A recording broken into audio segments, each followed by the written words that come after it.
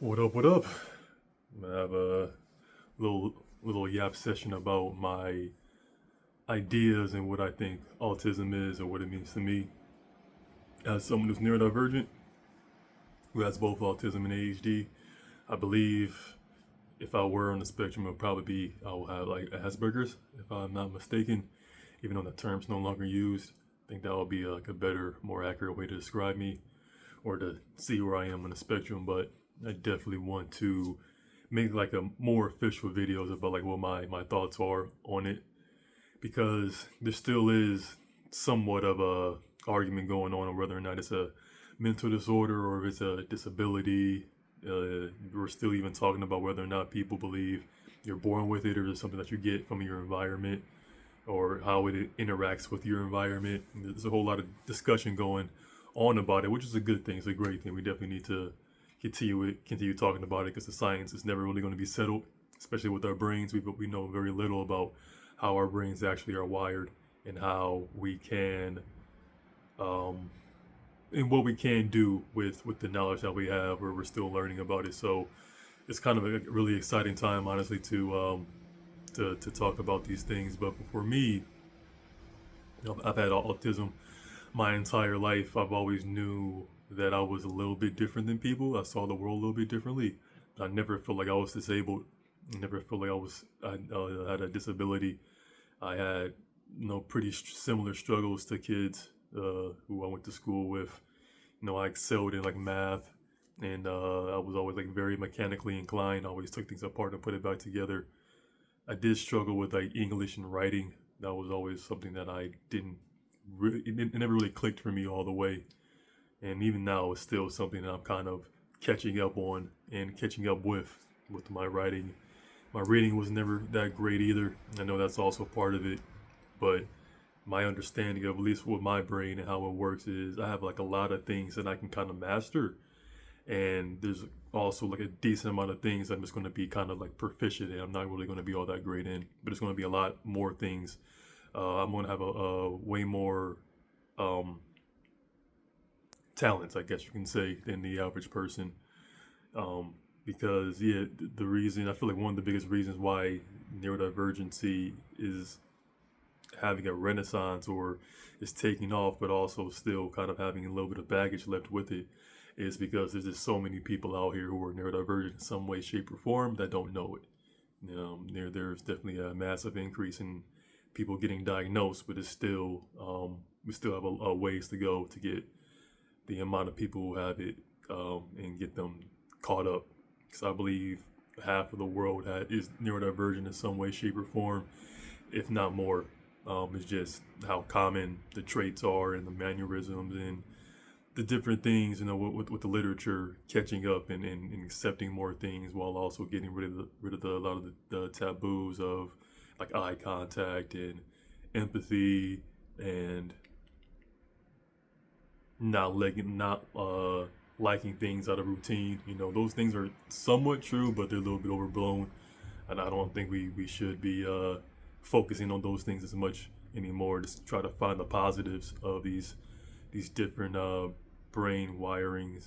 I'm not even sure how to even word it, but how people's brains are wired a little bit differently, and start embracing it a little bit more, so the stigma goes away and the acceptance goes away. Because I believe we're really never going to get to like the apex or the peak of the diagnosis and the acceptance unless we probably have to change the name of autism to something else. I don't think that people are going to accept that label. It is what it is. Kind of has its stigma to it, so we're going to have to change it up. And I think the best way for us to do that is to have more people of color, more Black people, honestly, talking about it. Because I know we have we have a knack of making things acceptable and cool once we really put our minds to it. Eventually, people will accept it and rock with it. So I'm always brainstorming about how we can make this more mainstream so more people can get diagnosed. Because one of the ways to do that is to show different people who have it. I know you can look up on internet about like celebrities who are neurodivergent, celebrities with ADHD, celebrities with autism, all that. You will see list of them. And some people are like officially diagnosed, some people aren't. Some people haven't told the public about it. But there are so many people who are just neurodivergent walking the streets every single day doing great things. I believe autism is like a uh, more like an artistic brain. Give me 1 second.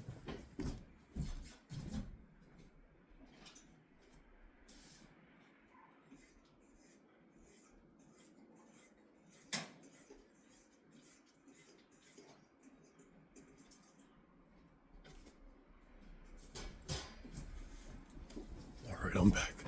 I believe autism is like the artistic side of the brain, the more creative, I should say, side of the brain, where I think the vast majority, I think all of the successful, like the very, very successful artists in the world had autism. Um, it amplifies your creativity. It allows you to think outside the box. People keep saying, think outside the box. If you have autism, you are already outside of the box, and you're kind of outside, looking around the world and trying to make sense of things. I think most of the artists, and when I say artists, I mean musicians, actors, painters, um, sculptors, um, even like developers, like web developers, anyone who does anything in any artistic sense, even chefs, I would say, all of them, the best ones have autism. There's no way that they can compete if they didn't.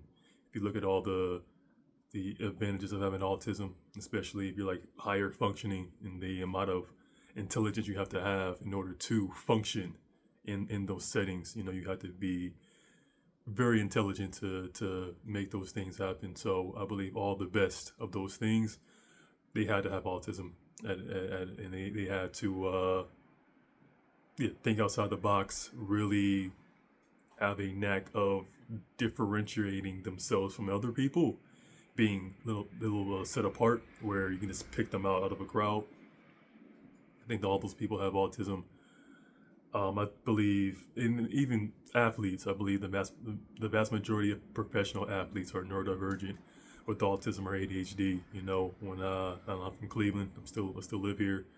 I grew up watching the Cavs, and the player who always kind of stuck out to me, who was always set apart, was Kyrie. Kyrie Irving.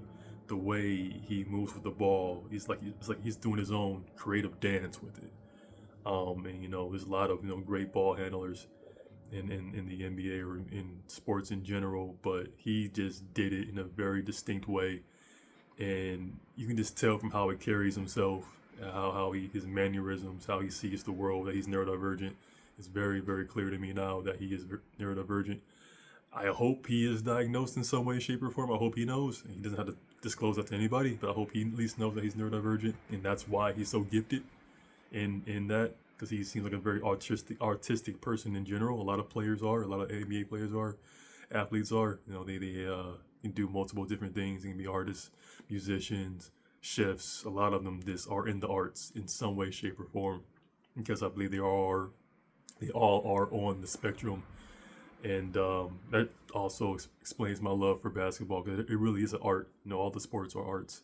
We don't give them the credit that I believe they deserve. I don't think anyone deserves anything, but because professional athletes make a lot of money, and we're living in a very in a time where like the wealth disparity is at an all-time high, I can understand why people are becoming that athletes are becoming less relatable because of that wealth that they have, and the attention and the attraction that they get. So I understand that, where a few decades ago, athletes were a little bit more relatable. You can actually meet them out in the town. Me being in Cleveland, I hear a whole bunch of stories of Browns players back in the '80s would go down in the flats and kick with people. That was pretty, common occurrence. Even in the 2000s, that was still a thing where players would just kind of mingle with everyone else. That doesn't happen nearly as much as it used to. There definitely is a classified now where you will very rarely meet a professional athlete out and about. It's not impossible. It's not rare, but that's something that I've noticed, and that's with all the artists, all the actors, musicians, all those people. They're just kind of separating themselves from everyone else.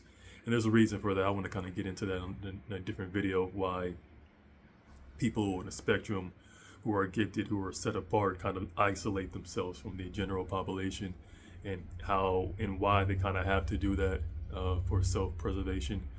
But like I said, that's a different video. But another thing I want to like bring up, positive thing about it, autism and being on the spectrum, but mostly on autism, is like the people who are very mechanically inclined. When I'm one of those people who, the reason why I went into the trades is because I really like to weld.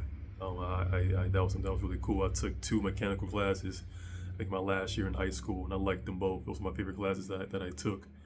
I had a small engines class and had a welding class, and that kind of transitioned to me becoming like a union pipe fitter here in Cleveland, because it just went right into my special interests. I really do like to work with my hands and to really see the inner workings of machinery.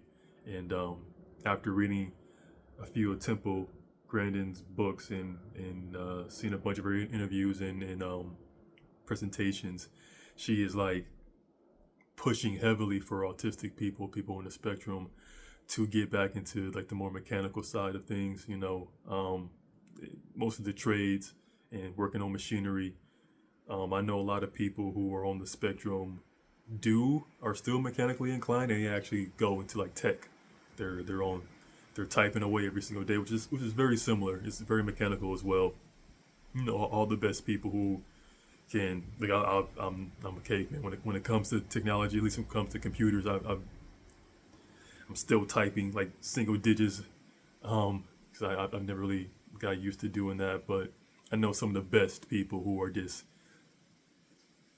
a typing wizard. They are all on the spectrum. All of them have to be. You know what I'm saying? To look at a screen and type, do that thing and just not look down. It's like it's an art. It really, really is. And a lot of people excel at that. And those people are on the spectrum. If you're not on the spectrum, you're trying to get a receptionist job or work in tech and work in IT, you're going to struggle. You're going to struggle a whole lot, like, unless you have a huge safety net of people who just will not remove you or fire you because you're not as proficient as other people. That's the only way you're going to keep your job. If you want to work in tech, you want to work in IT, you kind of have to be on the spectrum, just to be that mechanically inclined.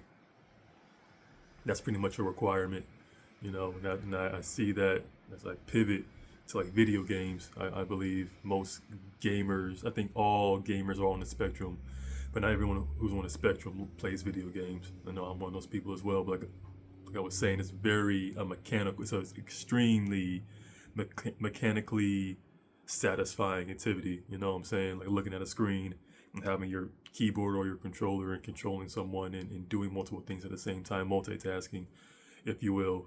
People on the spectrum are very good at that. And video games are perfect for that. It's a perfect medium for it. I know that's kind of where I gravitate more towards than like movies, films, and TV. They don't kind of scratch that itch as much. It's more of it's not as interactive, and I want to be as active as I humanly can.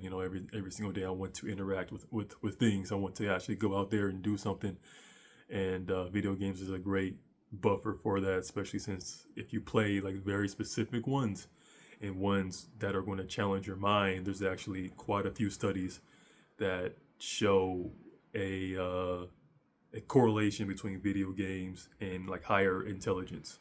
Like video games, if you play video games at a young age, it boosts your intelligence. One of the games I'm playing it right now from my childhood is Pokemon Yellow.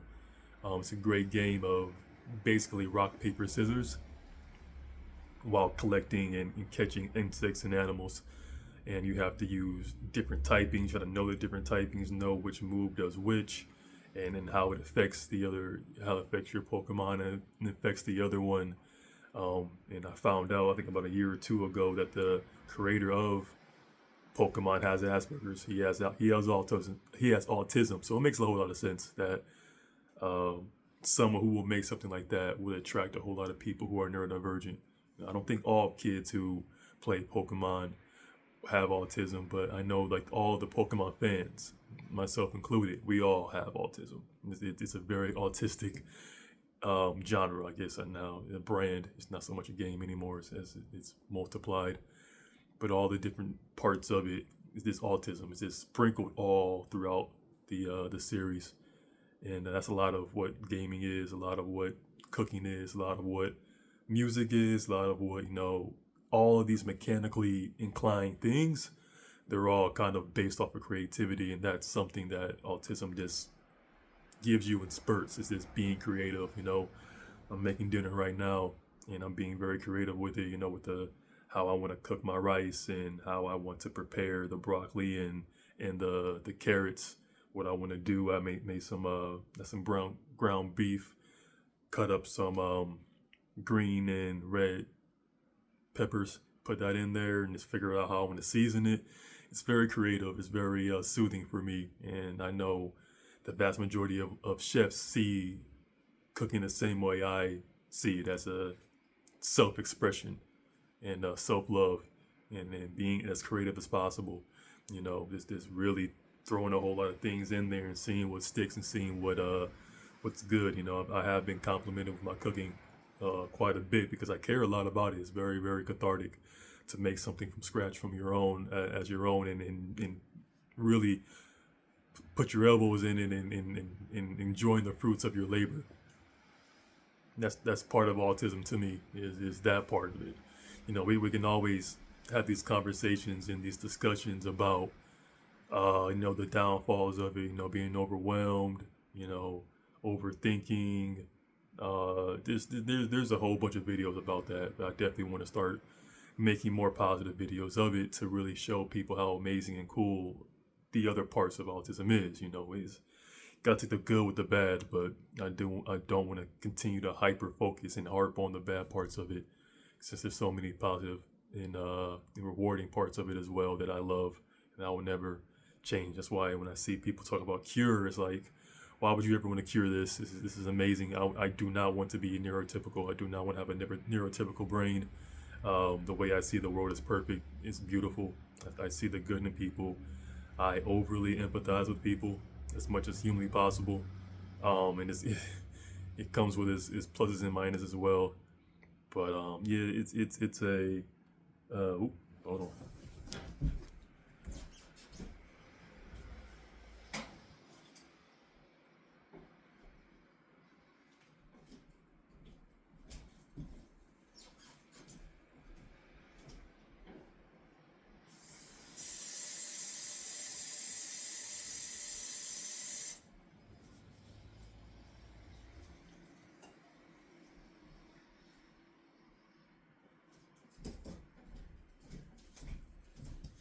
Gotta be careful. Don't want to burn nothing. But yeah, cooking's great.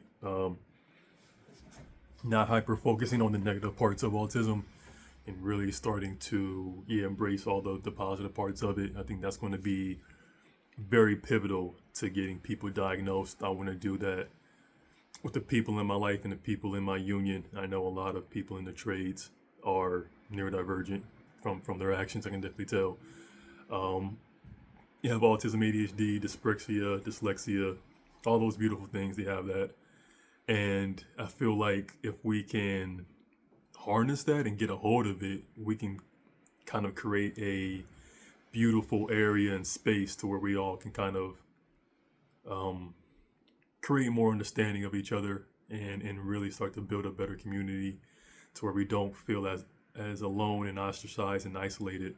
I think that's part of the loneliness and the friendless epidemic, is that we're all so individualized now because of us having our very specific special interests, but we still have so many things we have in common that we're just kind of hyper focusing on the 2 to 3% that makes humans different. I think we're like 96, 97% the same, something like that. At least our genetic makeup. And there's only like a small percentage that makes us different. And we just want to hyper focus on that because we want to keep competing against each other and competing against ourselves. But I'm kind of over that. I definitely want to see myself and everyone, because we all are the same. I am you, you are me. We are pretty much the same. I know people want to stay in their misery because that's all they know, but I don't want to stay there. I don't want to live there. I barely even want to visit that place. But back on topic.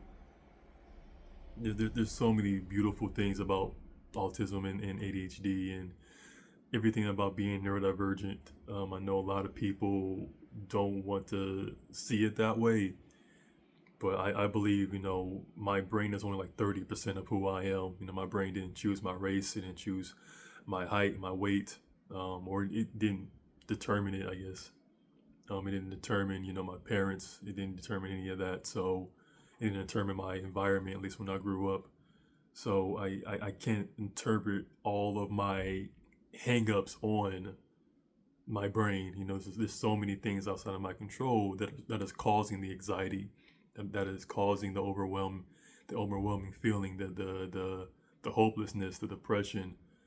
All those things are kind of caused by outside factors. I feel like, at least for me personally, once I fully take control of my life and my destiny, that is when all of my stressors just kind of melt away and I don't really feel them anymore. But once you allow yourself to kind of drink the Kool-Aid and think that it's you problem, it's your brain, that's the problem. I think once people start gaslighting you and thinking that it's actually you and not the people that you're surrounded by or your environment that you're in, that's why we're kind of in this kind of tug of war of what is autism and being neurodivergent. If it is a disability, what do we do moving forward, and everything in between. So I definitely want to be on the side of this is actually a blessing to have overall, and if we can truly like look at it from that perspective, that will kind of build a better and more sustainable society for all of us. Because I also noticed that people on the spectrum are a lot closer to nature than our neurotypical counterparts. We definitely love nature. We love animals because we are animals. We empathize more with them. I believe the vast majority, if not all, of the vegans and the vegetarians and the pescatarians are all neurodivergent in some way, shape, or form. I think that's kind of a byproduct of us over consuming meat, and people are kind of being a little too, not a little too autistic, but a little picky about what that is and how it makes them feel about how the suffering of animals and the nature and everything like that. So the pendulum swung on the other side, and now people are making these very I won't say rash, but impulsive decisions about how they see things. Where I thought for a minute I wanted to be a vegan, but I just know that I'm an animal. Animals eat animals. We have the capacity to eat animals. How much of that we do is definitely up for debate. I feel like we are consuming way too much meat, at least red meat, and we definitely probably should consider calming down on that and really getting more greens in there and other things to kind of get us through the day. And that's why I appreciate veganism and those people in general. They are definitely giving the meat eaters, the carnivore diet or whatever, that they're giving them a run for their money, because they're kind of making them be like, hey, if you want to continue going down this path, you're gonna at least have to make it make some semblance of sense, because what's happening right now with the industry, with the meat industry, is definitely not sustainable long term. We can't continue doing this for the next 100 years. So we got to figure something out. So shout out to them. Even though I'm not a vegan myself, and I don't like how a lot of it's like a moral argument, more so than like a practical argument. I think once we kind of get back to that, we can kind of find like more common ground between vegans and not vegans or whatever. But I think that's also a byproduct of autism, is seeing how we eat and how we interact with nature and how we interact with ourselves in a different lens. And a fortunate part of humans, even if you are neurotypical or not, or neurodivergent, we don't like change. We don't like sudden change. It definitely scares us and frightens us. So I definitely get the pushback of all these things, of all these different things that are going on in society about gender and sex and race and all that. I can understand the pushback of that because it's all very new. Even I'm kind of skeptical of some things, but I'm always willing to talk about it because the science isn't settled on anything. We don't know half of what we think we know. We're all very ignorant still. There's still so much for us to learn. So I'm never going to shut any argument down about what how we should carry ourselves as humans, as animals. We're constantly evolving, and it's never going to stop. But to wrap up this little autistic yap session, I think also the people who are the biggest yappers are also autistic. We tend to go on rants quite a bit. Um, I want to build a space for people just to come into the autistic or neurodivergent community with more of a optimistic view of it and be like, hell yeah, I have autism. I'm very, very happy and grateful to have this newer way of thinking. It's not new. It's been around probably since the beginning of time, but more people have it and more people are accepting of it, and it's a beautiful thing. I'm loving it. I want to continue to spread my knowledge and wealth of these. I've been looking into it for years, over a decade at this point, unconsciously, but I've been doing it consciously for maybe last 3 or 4 years. We're really diving deep and going down a whole lot of rabbit holes about it, about what autism is and what people confuse it for. Like I know, like the Sigma male is something that's kind of popping up a lot, and that's pretty much just this autism at the end of the day. But I do like the fact that people are giving different labels of it, because we're going to have to change it. Autism isn't going to have to. It's going to be like the medical term, and we're going to have like a more of a street or a different lingo for it, because that's kind of how language works. It mutates just like everything else. But yeah, I love autism. I love the creative part of my brain that is part of my autism, and I love seeing other autistic people in different creative ways. And I want to like pick people's brains about if they see the world the way that I see it, and they see how creatives have to have autism and the best ones have to have autism, uh, at the very least, as well as ADHD and everything else, and how I don't see it as 100% a disability. I know how it can definitely keep me from doing what I want to do, and it can paralyze me some days. I know that's definitely up here, but overall, I don't see it as a disability. I don't see it as a disorder. But I can understand why people do. It makes a lot of sense, but I definitely want to challenge that idea. But that's it. I want to keep making these videos about this and really continue this conversation, because that's what I want to do for the rest of my life. Is talk about people's brains, talk about my own brain, and continue the conversation going, because this is the newest wave right now. And I'm super proud to be, super grateful to be a part of it. And I hope y'all join me and join the rest of us here too. So other than that, I'm done yapping. Y'all take it easy.